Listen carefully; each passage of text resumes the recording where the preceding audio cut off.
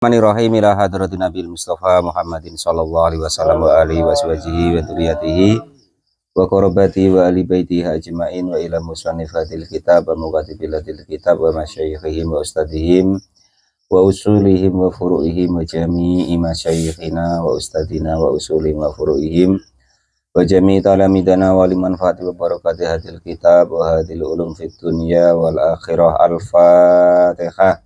A'udzu billahi minasyaitonir rajim. Bismillahirrahmanirrahim. Alhamdulillahi rabbil alamin arrahmanir rahim maliki yaumiddin. Iyyaka na'budu wa iyyaka nasta'in ihdinas siratal mustaqim. Siratal ladzina an'amta 'alaihim ghairil maghdubi alaihim waladdallin. Amin. Bismillahirrahmanirrahim. Qala al-mu'allif rahimahullah wa nafa'ani bi ulumihi fid dharain amin ya rabbal alamin. Masih meneruskan daripada maksiat-maksiatnya mulut ya, malam Sabtu kemarin, yaitu meminang di pinangan kanti, membeli yang masih dalam khiyar kanti, berfatwa dengan tanpa ilmu, memberi hukum dengan tanpa ilmu, dan juga belajar dengan tanpa ilmu, tanpa guru, kan? Termasuk maksiat-maksiatnya mulut. Sekarang wa ta'limu ilmi mudirri atau mudorri boleh ya, dan belajar ilmu yang membahayakan. Contohnya di sini ka ilmi sihri, seperti ilmu sihir. Termasuk Pak Janis ya, atau Pak Janis apa tadi? Penglimunan, tangnong, nah itu enggak usah ya. Wa ilmu nujumi, dan juga ilmu nujum atau perbintangan, hitung-hitungan ya. Ilmu falak, nah, sebatas ilmu falak yang dibolehkan itu cuman sekedar rubuk atau seperempat. Nah, bahasa ilmunya itu rubuk, yang maksud dan tujuannya untuk mengetahui arah kiblat, untuk mengetahui arah, untuk mengetahui waktu-waktu sholat, untuk mengetahui wayah-wayahnya puasa atau habis puasa dan lain sebagainya. Nah, selepas daripada itu, nah itu tidak diperkenankan, nanti termasuk kita melaksanakan atau melakukan dosa, yaitu maksiat-maksiatnya mulut. Dan ilmu-ilmu yang seperti itu, mohon maaf, itu tidak begitu berguna untuk di akhirat. Semua ilmunya Allah itu tetap berguna, semuanya ilmunya Allah, tapi yang ada yang ibaratnya itu diambil dari rombongan syaitan, itu seperti itu. Termasuklah ilmu-ilmu sihir itu.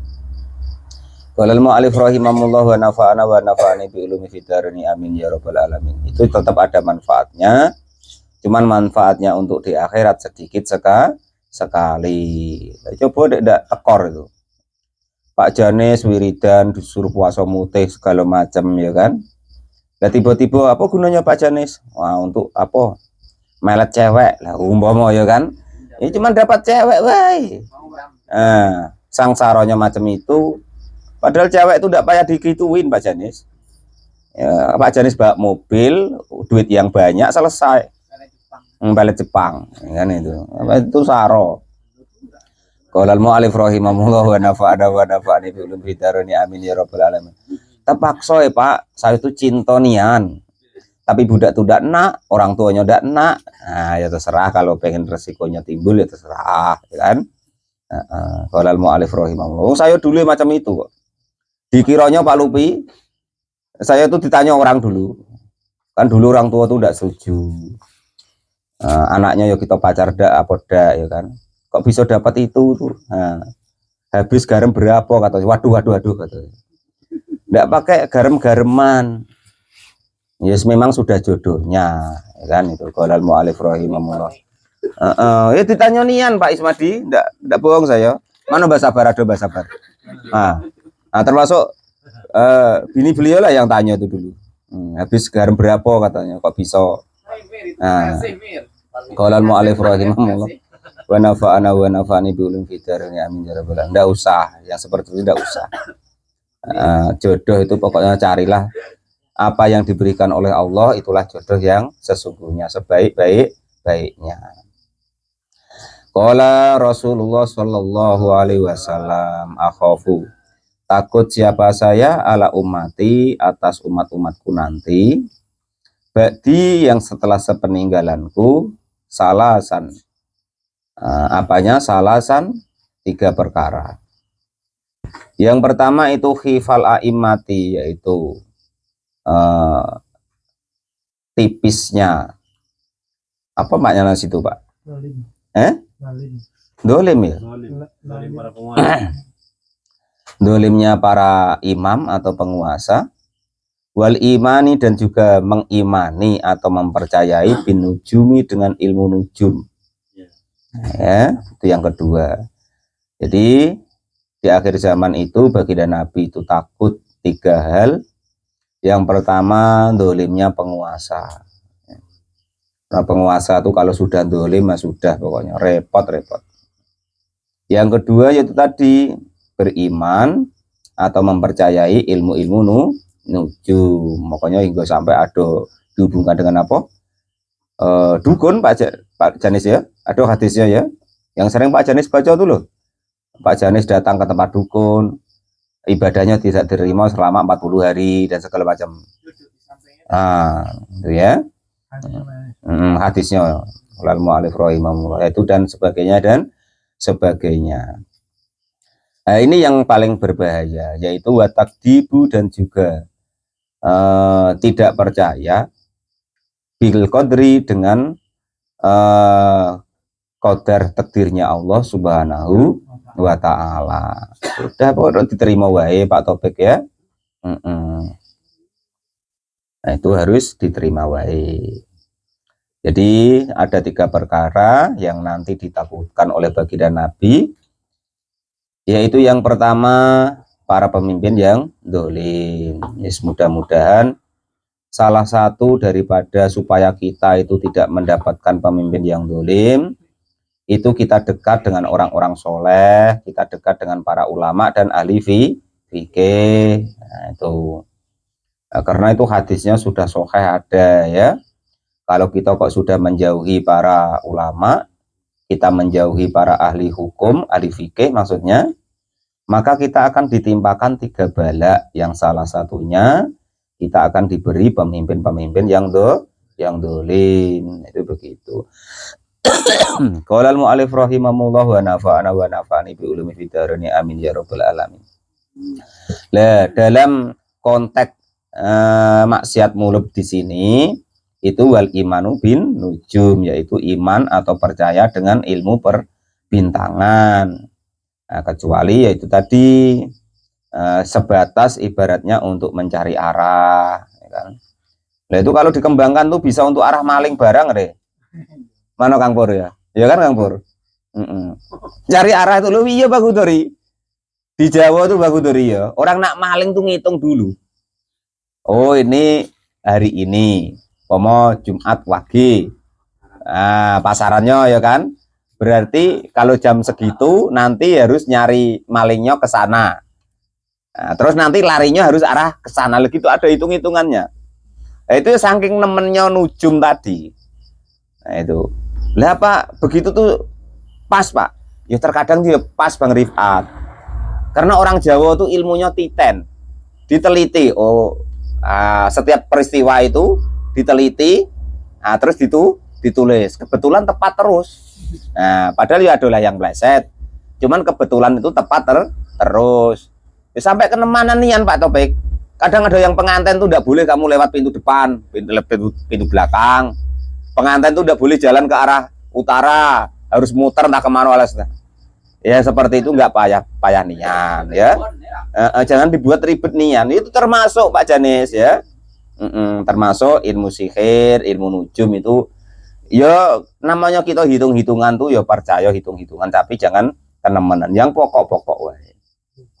Qala al-mu'alif rahimahullah wa nafa'ana wa nafa'ani bi ulumi fid dharain, amin ya rabbal alamin. Dan jangan tidak percaya dengan kehendak takdirnya Allah subhanahu wa ta'ala. Bi khilafit tibi, berbeda dengan ilmu tib atau ilmu kedokteran atau pengobatan. Fa inna hajata karena sesungguhnya kepentingan atau kebutuhan atau keinginannya itu masatun berlakunya ilahi kepada masalah ilmu taib. Wabi khilafi takbiri dan berbeda dengan ilmu takbir. Takbir itu istilahnya itu alamat atau pertanda. Alamat atau pertanda entah itu dalam mimpi atau dari alam. Nah, itu ya boleh. Cuman ya jangan sampai ibaratnya terus mendahului Allah gitu, ndak gitu loh. Cuman kan begini, biasanya Pak Topik kalau ada hujan tuh biasanya mendung dulu dah umumnya. Apa ndak teh mendung, ndak teh awan tiba-tiba hujan? Nah, ndak ada Pak, tetap ada mendung dulu. Ada apa? Awan dulu. Nah, itu ya. Itu namanya tanda takdirnya Allah yang ibaratnya sesuai dengan tandanya. Lah kalau yang seperti itu termasuklah takbir itu tadi, itu diperbolehkan. Nah, itu. Nah, jadi bukan yang tatoyur itu bukan loh ya. Tatoyur dalam hadis itu tuh begini. Umpama Bang Hudori itu punya hajat yang besar, ada keinginan apa gitu. Lah itu kalau adat orang Arab tuh ada burung itu dioprak-oprak, burung ngeram atau apa itu. Nah, larinya kemana? Nah, kalau sesuai arah yang diinginkannya, atau ibaratnya tuh menurut dia tuh kalau terbangnya begini, nah nanti berhasil. Nah, itu namanya tatoyur yang seperti itu. Itu contoh asli tatoyur tuh begitu, Mir. Nah, itu ya. Atau kata Bang Edi itu apa, ayam ngeram. Sering dengar kan kalau orang judi itu, wah menang terus nengok ayam ngeram. Lah itu baru itu tatoyur yang seperti itu namanya ya. Jadi tapi kalau ibaratnya sudah ada tanda-tanda, oh itu sudah ada mendung, sudah mulai gerimis. Lah itu umumnya biasanya ya nanti terjadi hujan. Lah itu boleh Pak Topik ya demikian itu. Nah ya. Setidaknya gerimis. Itu terkadang tidak jadi ya. Makanya ada pepatah Pak Topik tuh, mendung tidak berarti hujan, itu apa-apa lagunya tidak tahu. Nah itu seperti itu, ada tandanya terkadang tidak terjadi. Ya. Qala mu'alif rahimahullah wa nafa'ana wa nafa'ani bi ulumi fitarini amin ya rabbal. Atau kata Bang Edi itu apa? Kalau nak nyuluh tuh, kalau ketemu apa tuh, terus tidak jadi pergi itu. Nah, Anda berhasil katanya. Nah, itu. Wa ingkana tahminan. Apa di situ Pak maknanya kalau tahminan kan di situ? Wa bi khilafil takbiri, berbeda dengan ilmu takbir, ilmu mimpi atau alamat ibaratnya. Wa ingkana tahminan di situ dimaknai apa? Perkiraannya. Meskipun keadaannya seperti perkiraan, karena sungguhnya mimpi itu bagian dari kenabian. Perkiraan Dan karena yaitu tadi perkiraan atau tanda-tanda tadi, wa ingkana jika ada apa takbir, ada itu tahminan sebagai pertanda atau alamat. Nah, yang seperti itu ibaratnya itu yang sudah disampaikan oleh Allah, disampaikan oleh Nabi yang sesuai dengan contoh begini loh. Contoh umpama, oh kalau orang kok begini kata Nabi begini. Lah itu namanya tuh takbir atau tahminan itu tadi. Lah yang seperti itu kan kaget seolah-olah itu apa? Nah, contoh tadi loh. Saya takut sekali besok di akhir zaman itu atas umatku 3 perkara setelah kepergianku. Yang pertama yaitu imam yang dolim. Yang kedua beriman kepada nujum. Yang ketiga tidak percaya dengan takdirnya Allah. Kan begitu. Lah yang seperti itulah yang dimaksud di sini takbir yang tahminan tadi. Nah, kenapa begitu li'anahu? Karena sungguh tahmin itu tadi itu juz'un bagian min sitatin dari 6 wa arba'ina dan 70 apanya juz'an bagiannya minan nubuwati dari kenabian. Jadi sesuatu yang sudah Allah gambarkan kepada mereka itu takbir namanya. Istilahnya gambaran yang Allah berikan kepada para nabi dan rasul untuk menggambarkan bahwa besok tanda kiamat tuh begini. Nah, itu contohnya begitu ya. Nah, termasuk Pak. Cuman kalau ilham itu jangkanya pendek. Ya, kalau ilham itu jangka waktunya pendek terjadinya. Nah, tapi kalau tahmin dan takbir tadi itu jangka waktunya panjang. Nah, itu. Qala al-mu'allif rahimahullah wa nafa'ani bi ulumi fitrani amin ya rabbal alamin. Wala khotoro, dan tidak terbesit fihi, di dalam masalah di hatinya atau di dalam bagian para nabi dan rasul. Beliau juga tidak berangan-angan seperti itu.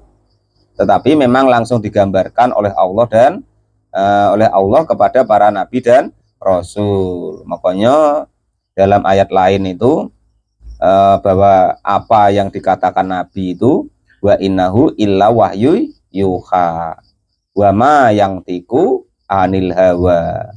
Dan para nabi, para rasul atau baginda nabi itu, beliau itu tidak pernah ibarat ngomong kok sekehendak daripada nafsunya, tetapi wa innahu wahyu yuha, apa yang dikatakan nabi itu adalah wahyu yang diwahyukan kepada nabi atau rasul. Nah, itu termasuk ibaratnya tuh kejadian-kejadian yang akan datang tuh loh. Nah, itu kan. Nah, termasuklah tanda-tanda kiamat. Itu kan ada hadisnya banyak tuh Pak Janis ya. Nah, itu namanya takbir yang tahminan itu seperti itu. Karena itu termasuk bagian kekuasaan Allah yang diberikan kepada para nabi atau bagian dari para nabi dan rasul. Afada, memberi faedah dalika kepada keterangan tersebut siapa? Al-Ghazali, Imam Al-Ghazali fil Ihya'i, di dalam kitab Ihya Ulumuddin. Yang seterusnya yang termasuk maksiatnya mulut yaitu wal hukmu, dan menghukumi bighairi hukmillahi, dengan tanpa hukum-hukumnya Allah Subhanahu wa ta'ala, ngawur pokoknya. Qala al-mu'allif rahimahullah wa nafa'ani bi ulumi fitaruni amin ya rabbal alamin. Apalagi kok tentang masalah Al-Qur'an ya.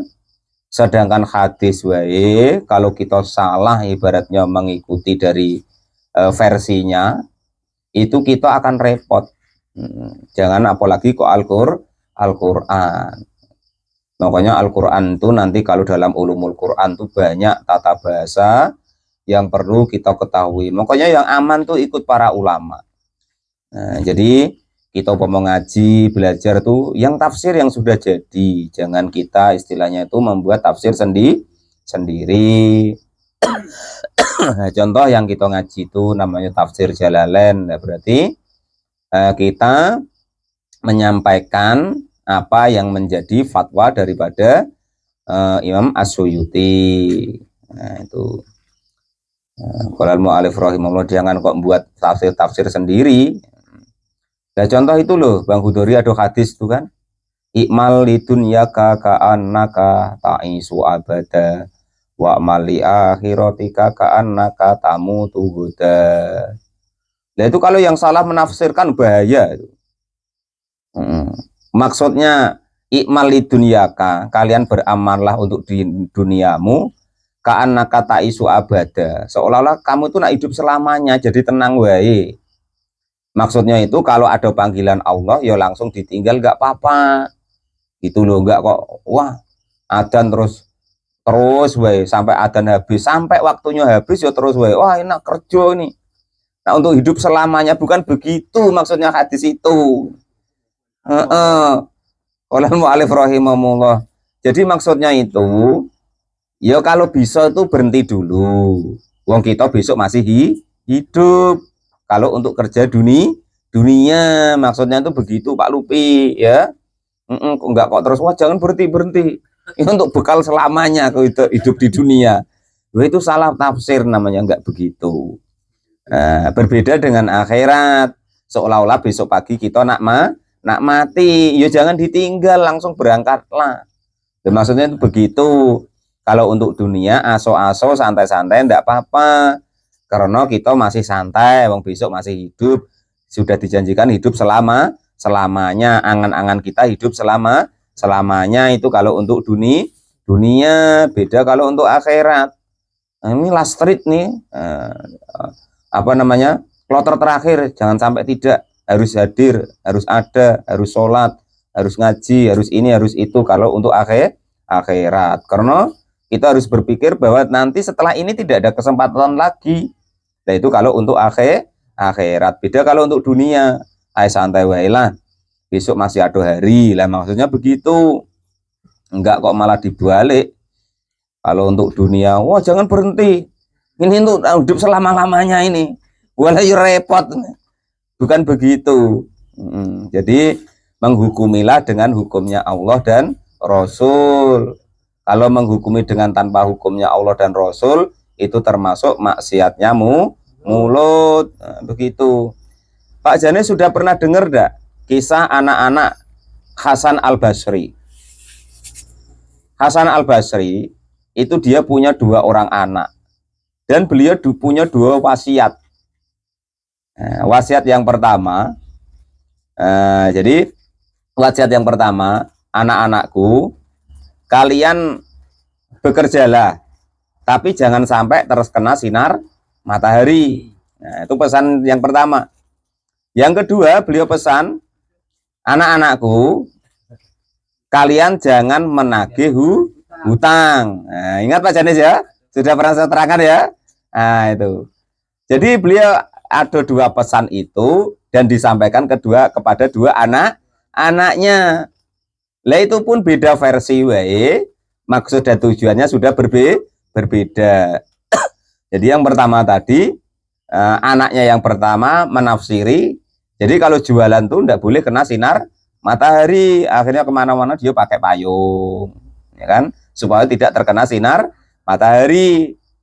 Lah terus asal yang kedua kan tadi tidak boleh menagih hutang. Kalau ada orang ngutang sama dia ketika belanja, nah itu dia tidak tagih lagi, karena pesannya orang tuanya tadi tidak boleh menagih hutang. Nah itu yang pertama. Ya akhirnya bangkrut dia, ya, karena jualan tidak bebas, harus pakai payung. Yang kedua, ibaratnya kalau ada yang hutang ketika membeli barangnya tidak boleh ditagih, ya bangkrut. Nah yang kedua ini agak-agak pas, dia menafsiri daripada pesan daripada orang tuanya. Pesan orang tuanya tadi kalau berjualan jangan terkena sinar matahari. Jadi sebelum subuh dia berangkat, nah, sholat subuhnya di tokonya, jadi tidak kena sinar matahari. Baliknya sesudah maghrib, sudah maghriban baru dia balik, maka tidak terkena sinar matahari. Loh kan sama itu ya. Tapi karena menafsirkannya berbeda, ya berbeda hasilnya. Nah, yang kedua tadi, jangan sampai menagih hutang. Kalau nanti meneruskan jualan daripada orang tuanya, dia sistem jualannya tidak melayani hutang. Nah, karena tidak melayani hutang, ya dia tidak payah nagih hutang. Nah, itu tafsir yang anaknya yang kedua. Jadi dia ya tidak terkena sinar matahari, ya tidak payah menagih hutang, karena dia berjualan tidak melayani hutang. Itu begitu. Jadi beda tafsir ya beda hasil. Nah, sama dengan hukum-hukum Allah dan Rasulnya, sudah kita mengikuti para ulama wae yang sudah istilahnya itu apa ya, melalui ibaratnya itu penelitian para ulama-ulama yang lain, kan begitu. Qala al-mu'allif rahimahullah wa nafa'ana wa nafa'ani bi ulumi fitarini amin ya rabbal alamin. Contoh hukum-hukum Allah yang kita ngaji, kan asalnya kitab takrib itu, Fathul Qorib itu loh, kan asalnya kitab takrib, sudah dikomentari menjadi kitab Fathul Qorib. Lah, menjadi kitab Fathul Qorib sudah melalui apa lagi, uji kompetensi lagi, menjadilah kitab Al-Bajuri. Jadi sudah ditaskah ibaratnya beberapa kali. Nah itu begitu. Sama dan contoh lagi itu kita ngaji tafsir Jalalain yang asarnya Al-Quran, terus ditafsiri oleh 2 orang imam, salah satunya Imam Asyuyuti. Nah nanti sudah ditafsiri lagi, dijelaskan lagi oleh Imam Ashawi. Nah begitu mulai menjadi ibaratnya tuh melalui proses-proses yang sudah diteliti oleh para ulama lainnya. Kita tinggal ngikut wae. Jadi jangan sampai menghukumi sesuatu dengan tanpa hukumnya Allah Subhanahu wa ta'ala. Liqaulihi ta'ala, karena dawuhnya Allah Subhanahu wa taala, wa anihkum bainahum bima anzalallah, wa anihkum, dan supaya menghukumi siapa kalian semua, bainahum di antara muslimin, bima dengan hukum-hukum, anzala yang sudah menurunkan siapa Allah Subhanahu wa taala. Jangan hukumnya ndak tahu. Pak Topik mau ditanya, Pak Topik, itu ada orang hamil duluan tuh bagaimana? Wah, sudah diusir wae, malah begitu. Mau ditanya hukumnya bagaimana kok malah diusir wae. Qolal mu'allif rahimahullah. Nah, dinikahkan ya Pak. Macam mana itu? Waduh, diusir wae, ndak sah itu lah, ya repot nah. Wa qaulu ta'ala fahkum bainahum bil qist. Fahkum, maka menghukumilah kalian semua, bainahum di antara kaum muslimin, bil qisti dengan tengah-tengah. Qala, sudah berkata siapa Al-Husni, Imam Al-Husni, fi qam'in nufusi, di dalam kitab Qam'in Nufus.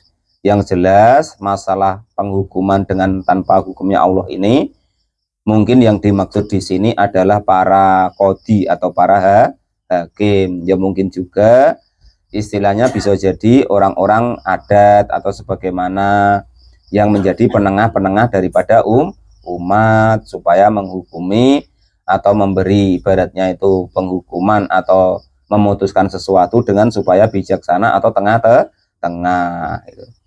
Qala, sudah bersabda siapa baginda Nabi Agung Muhammad sallallahu alaihi wasallam, al-qudatu, adapun qadi atau hakim itu salasun, ada tiga. Penghukuman atau qadi atau hakim itu ada tiga. Yang pertama itu qadin, orang yang menghukumi, fil jannati, di dalam surga. Wa isnani, dan yang dua orang itu finari, di dalam neraka.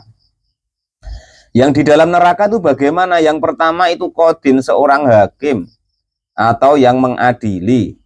Arafa, dia itu tahu al-haqqo, kepada kebenaran. Dia tahu yang ini salah, yang ini benar. Faqadha, maka lalu menghukumi bihi, dengan orang tadi. Bahwa tahu bahwa ini benar, ini salah. Faqadha, maka lalu menghukumi siapa qadi atau hakim tadi, bihi, dengan yang benar menjadi benar. Bahwa maka qadi atau hakim yang seperti itu fil jannati, di dalam surga. Wa qadin, dan juga hakim atau penghukum lah, arafa, yang tahu al-haqqo, kepada kebenaran, sudah tahu jelas-jelas bahwa itu benar. Fahakama, maka lalu menghakimi atau menghukumi bikhilafi, dengan berbeda atas kebenaran. Fahuwa, maka adapun yang demikian itu finari, di dalam neraka. Ini yang ketiga kan tidak diterangkan. Itu kalau yang kitab kuning ada tanda angka 7 ya. Nah, itu diterangkan di asal isu. Adapun yang ketiga itu qadin, seorang hakim, lam ya'rif, yang tidak tahu al-haqqo, kepada kebenaran. Wa qadin, dan juga hakim, jahilan, yang bodoh. Bahwa adapun hakim yang bodoh itu finari, di neraka, itu dengan lagi. Jadi kata Nabi, ada 3 orang hakim. Ya, ada 3 orang hakim. Lah, 3 orang hakim nanti itu ada yang di neraka, ada yang di surga. Yang pertama itu finari, mana tadi? Wa isnani, dan adapun yang kedua finari, di ke neraka. Jadi yang pertama ada hakim yang nanti ke surga langsung, yang kedua ada yang ke neraka, yang ketiga ke neraka juga. Ya, qadi atau hakim yang ke surga, yang pertama dia itu hakim, tahu tentang bahwa itu benar, lalu menghukumi dengan kebenarannya. Maka hakim yang sedemikian itu membela kebenaran, bahwa fil jannati, maka dia ke surga. Yang kedua, hakim, dia itu tahu bahwa yang benar si A, yang salah si B, maka lalu dia menghukumi dengan berbeda. Maka yang sedemikian itu bahwa finnar, maka akan ke neraka. Yang ketiga, ada hakim, dia tidak tahu mana yang benar, mana yang salah, dan sehingganya dia menghakimi atau memutuskan perkara dengan salah. Maka yang demikian juga di dalam neraka. Itu seperti itu. Qala sudah berkata siapa al-ulama, para ulama. Kuluman, adapun tiap-tiap orang laisa yang tidak ada siapa orang tersebut, tidak ada itu bi ahlin di dalam keahlinya lil hukmi untuk menghukumi, fala yakhillu maka hukumnya tidak halal lahu bagi orang tersebut apa al hukmu penghukumannya. Dia bukan hakim, tidak ahli di dalam hakim atau tidak ahli di dalam hukum, kok malah dia itu menghakimi atau menghukumi dan tidak di dalam ahlinya, maka tidak halal baginya untuk memberikan hukum. Fa'in hakama, maka andaikan orang demikian kok nekat menghukumi juga, bahwa maka orang yang demikian itu asimun, hukumnya berdosa. Contoh Pak Topik begini, Pak Topik ibaratnya disuruh menghakimi dua hal yang sudah jelas-jelas sama-sama tidak taunya. Nah, maka yang demikian itu malah Pak Topik nanti dosa kalau memutuskan sesuatu tersebut. Atau Pak Topik ada orang tanya tentang hukum sesuatu hal, sedangkan Pak Topik nggak tahu, malah terus Pak Topik ngasih hukum. Contoh begini, umpama Bang Rifat ditanya sama Pak Topik, Pak Topik kalau minuman keras tapi nggak mabuk bagaimana? Umpama ya kan. Nah terus Pak Taufik atau Bang Rifat itu ngomong, wah nggak apa-apa kalau nggak mabuk. Lah sudah repot itu. Ya kalau nggak tahu tidak usah gitu. Sudah nggak tahu gitu guys. Lah fa'in hakama, maka andaikan kok menghukumi wong nggak tahu kok menghukumi, bahwa maka orang tersebut itu asimun berdosa. Wala yang fadu dan tidak boleh terus apa hukmuhu, tidak boleh diteruskan apa hukuman orang tersebut. Sawaun sama juga itu wafikun cocok atau benar, wafako menyocoki al-haqo kepada kebenaran, amla atau tidak, baik itu benar atau tidak. Ngawur-ngawuran tapi benar Pak, itu tadi tetap nggak bisa diterima, apalagi kok nggak benar. Lain asobatha, jika kok menemui kepada penghukumannya apa itifaqiyatun, kemufakatan, laisat maka tidak ada apa kemufakatan itu sodirotun dikeluarkan, artinya tidak boleh dipakai min asli syar'i dari asal daripada syariat, bahwa maka orang yang demikian itu asin, orang yang bermaksiat fi jami'i ahkami di seluruh hukum-hukumnya. Sawaun sama juga itu wafikun cocok, wafikus sawabi menyocoki kebenaran, amla ataupun tidak. Waya adapun hukum yang demikian itu mardudatun ditolak, kulluha ya semua-muanya.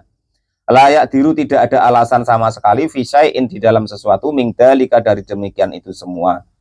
Wallahu dan adapun Allah Subhanahu wa taala itu alamu lebih mengetahui. Ingtaha sudah selesai apa keterangan tentang masalah menghukumi bagi orang yang tidak ahlinya. Wan nadbu wan nihayatu. Wallahu alam bisawab, alhamdulillahirabbil alamin.